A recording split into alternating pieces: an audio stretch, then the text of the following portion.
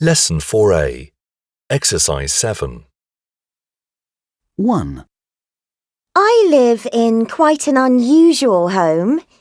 It's a houseboat on the River Thames. My mum and dad are quite arty and alternative, and they decided a few years ago to sell their house in Oxford and buy a houseboat. A houseboat is also so much cheaper than a house. They managed to get one for £20,000, which is amazingly cheap. Mind you, it was in a pretty poor state and needed some work doing on it, but they managed to do that fairly cheaply too. When I tell people I live on a houseboat, they usually think it's far away, in the middle of the countryside. But in fact, the boat is parked on the canal in Oxford. Unfortunately, there aren't any spaces for boats near the centre, but we're still in the city. 2. I live in a block of flats on the outskirts of Prague.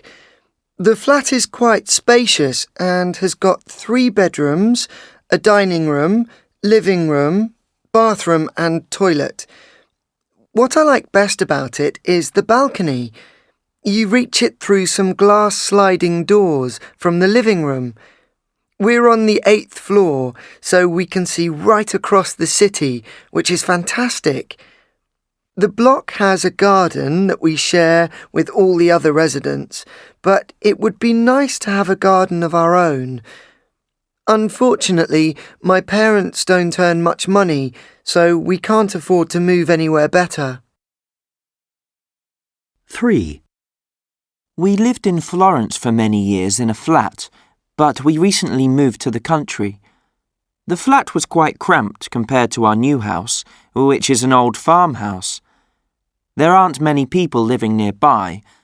Our nearest neighbour is a 5-minute walk away, and it's a couple of kilometres to the nearest town. Although the countryside round here is lovely, the views aren't great from the house, as it's surrounded by trees. But it's a very spacious house, beautifully restored by the previous owners, so it wasn't cheap. It has 6 bedrooms, so I don't have to share with my sister anymore. All in all, it's not a bad place to live, but I miss the excitement of city life. 4. We live in a terraced house in Boston. We've been living here for about a month now. It's a lovely house, quite old. My parents bought it from an old lady who lived here for 40 years. During that time, she didn't really modernize it. It's in good condition, but the decor is very old-fashioned.